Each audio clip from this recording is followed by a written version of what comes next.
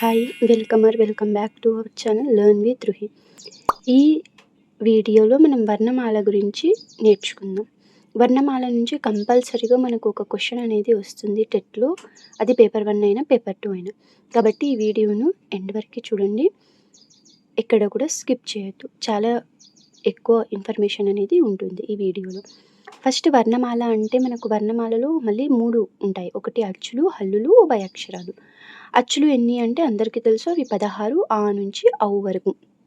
ఆ నుంచి ఔ వరకు గల వాటిని మనం అచ్చులు అంటాము. ఆ నుంచి ఔ వరకు ఉన్న వాటిని అచ్చులు అంటారు. అవి 16. అచ్చులకు గల మరొక పేరు ఏంటి అంటే ప్రాణాలు, స్వరాలు. ఎందుకు వీటిని ప్రాణాలు అంటున్నాము అంటే మనం ఏ అక్షరమైనా తీసుకొని దానిలో మనకు అచ్చు అనేది ఉంటుంది. దీని నుంచి మనకు అక్షరాలు అనేవి వస్తాయి. కాబట్టి వీటిని ప్రాణాలు, స్వరాలు అని అంటారు. ఆ నుంచి ఔ వరకు గల అన్నిటినీ కూడా అచ్చులు అంటాము. అచ్చులకు గల మరొక పేరు ప్రాణాలు, స్వరాలు. మళ్ళీ ఈ అచ్చులలో దీర్ఘాచ్చులు ఉంటాయి, హ్రస్వ అచ్చులు ఉంటాయి. దీర్ఘాచ్చులు అంటే దీర్ఘం ఉన్నవి. ఆ, ఈ, ఊ, రు, లు, ఏ, ఐ, ఓ, ఔ. వీటిని దీర్ఘాచ్చులు అంటాం. దీర్ఘాచ్చులు ఎన్ని అంటే 9. దీర్ఘం లేనివి ఉన్నాయా? ఆ, ఈ, ఊ, లు, ఏ, ఓ. వీటిని ఏమో హ్రస్వాచ్చులు అంటాము. ఇక్కడ కొన్ని అచ్చులు వంకరగా ఉన్నాయి. వంకరగా ఏవేవి ఉన్నాయి? ఏ, ఓ, ఓ. వీటిని ఏమంటాము? వక్రములు అంటాము. వంకరగా ఉన్న అచ్చులను వక్రములు అంటారు. వక్రతమములు. వక్రతమములు అని ఇంకా ఎక్కువగా వంకరగా ఉన్నవి ఐ, ఔ. వీటిని ప్లుతములు అని కూడా అంటారు. ప్లుతములు అని కూడా అంటారు. ఐ, ఔ. నెక్స్ట్ ఉభయాక్షరాలు.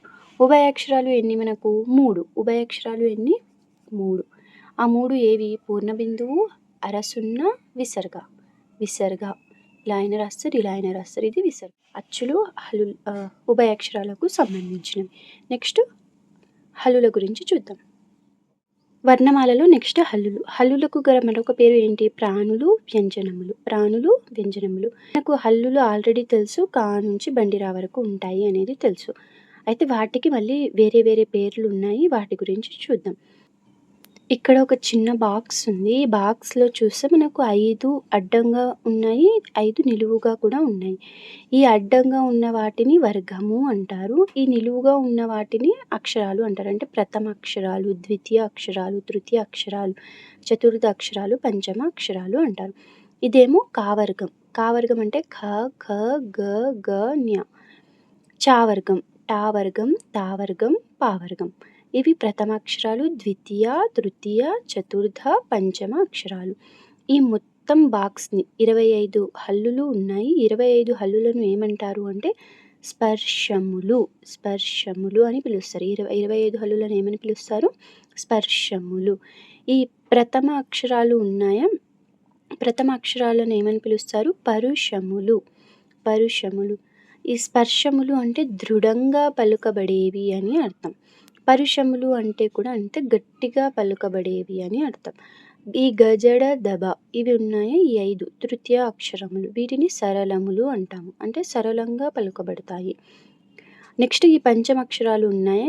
జ్ఞ నుంచి మా వరకు. వీటిని అనునాసికములు అంటారు. నా అనేది తావర్గంకి చెందింది. పంచమాక్షరం. వీటిని అనునాసికములు అంటారు.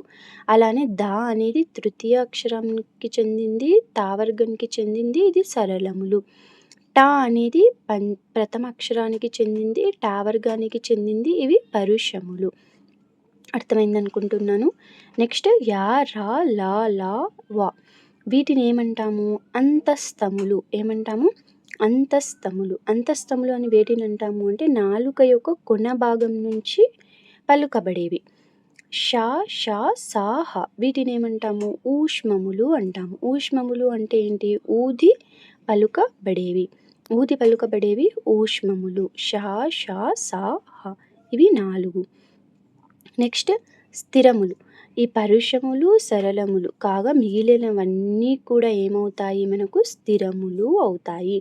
నెక్స్ట్ ఈ బాక్స్‌లో ద్వితీయ అండ్ చతుర్థ అక్షరాలు ఉన్నాయి కదా. ఇవి 2 మిగిలిపోయాయి కదా. ఈ అక్షరాలను టోటల్‌గా ఉన్నవి ఈ 5. ఈ 10 అక్షరాలను ఏమంటాము అంటే వర్గయుక్కులు, మహాప్రాణులు. ప్రథమ అక్షరాలను పరుషములు, తృతీయనేమో సరళములు, పంచమ అక్షరంలోనేమో అనునాసికాలు, ద్వితీయ అండ్ చతుర్థ అక్షరాలను వర్గయుక్కులు ఆర్ మహాప్రాణులు అని అంటారు. వీటికి సంబంధించిన క్వశ్చన్స్ చాలా ఎక్కువగా రిపీటెడ్గా వస్తూనే ఉంటాయి. కాబట్టి వర్ణమాలకు సంబంధించిన క్వశ్చన్స్ని టాపిక్ని స్కిప్ చేయకుండా ప్రతి ఒక్కరూ చూసుకోండి. ఐ హోప్ ఈ వీడియో మీకు హెల్ప్ఫుల్గా ఉంటుంది అని అనుకుంటున్నాను. ఇంకొక పార్ట్ 2 వీడియోని కూడా వర్ణమాలకు సంబంధించింది త్వరలో రిలీజ్ చేస్తాను. Thank you.